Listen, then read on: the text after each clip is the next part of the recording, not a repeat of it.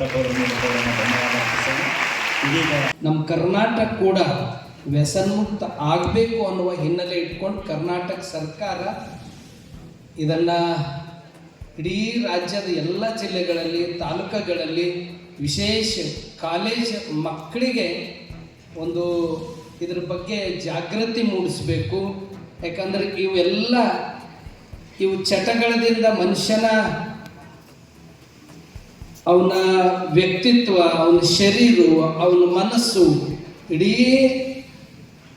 ಅವನು ಜೀವನನೇ ಒಂದು ರೀತಿ ನರಕದ ರೀತಿಯಲ್ಲಿ ಆಗ್ತದೆ. ಅದನ್ನು ಇಡೀ ರಾಜ್ಯದಲ್ಲಿ ಇರ್ತಕ್ಕಂಥ ಎಲ್ಲ ಶಾಲೆ ಕಾಲೇಜುಗಳಿಗೆ ಜಾಗೃತಿ ಮೂಡಿಸುವ ಹಿನ್ನೆಲೆ ಇಟ್ಕೊಂಡು ಇಡೀ ಪೊಲೀಸ್ ಇಲಾಖೆನೇ ಎಲ್ಲ ಕಾಲೇಜುಗಳಿಗೆ ಜಾಗೃತಿ ಮೂಡಿಸ್ಲಿಕ್ಕೆ ಇವತ್ತೇನಾದರೂ ಶಿಕ್ಷಣದಲ್ಲಿ ಸರ್ವತೋಮುಖ ಅಭಿವೃದ್ಧಿ ಆಗ್ತದೆ. ಏನು ಬೇಕದು ಇವತ್ತು ಏನೇ ಸಾಧನೆಗಳು ನಡೆದವ ಶಿಕ್ಷಣದಿಂದೇ ನಡೆದ. ಆದ್ರೆ ಅದ್ರಾಗ ಒಂದು ಬೇರೆ ಬೇರೆ ಕಡೆ ಬೇರೆ ಬೇರೆ ಚಟಗಳು, ಅವು ಮಾದಕ ವಸ್ತುಗಳು ಇಂಥವೆಲ್ಲ ತಗೊಂಡು ಇಡೀ ಜೀವನನೇ ವ್ಯರ್ಥ ಮಾಡ್ಕೊಳತ್ತಾರ.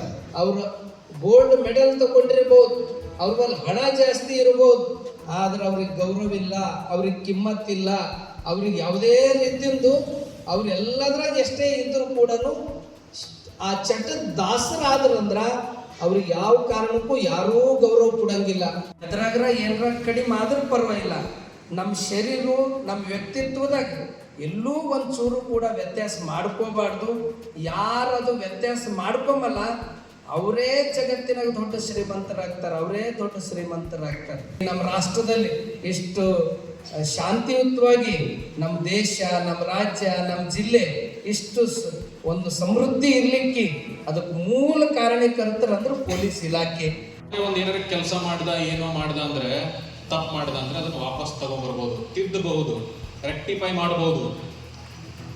ಬಟ್ ಡ್ರಗ್ಸ್ ಒಂದು ಸಲ ಡ್ರಗ್ಸ್ಗೆ ಏನಾದ್ರೆ ನೀವು ಅಡಿಕ್ಟ್ ಆದ್ರಿ ಅಂದ್ರೆ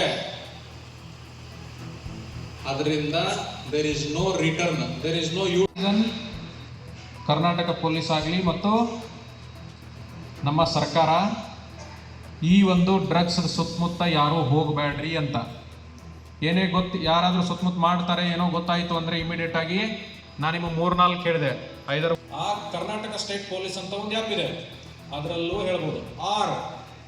1933 ಅಂತ ಒಂದು ಹೆಲ್ಪ್ ಲೈನ್ ಇದೆ, ಅದರಲ್ಲೂ ಹೇಳ್ಬೋದು. ಸರ್ಕಾರ ಎಷ್ಟು ಸೀರಿಯಸ್ ಆಗಿದೆ ಅಂದರೆ the Karnataka state government wants Karnataka to make drug free state by 2028.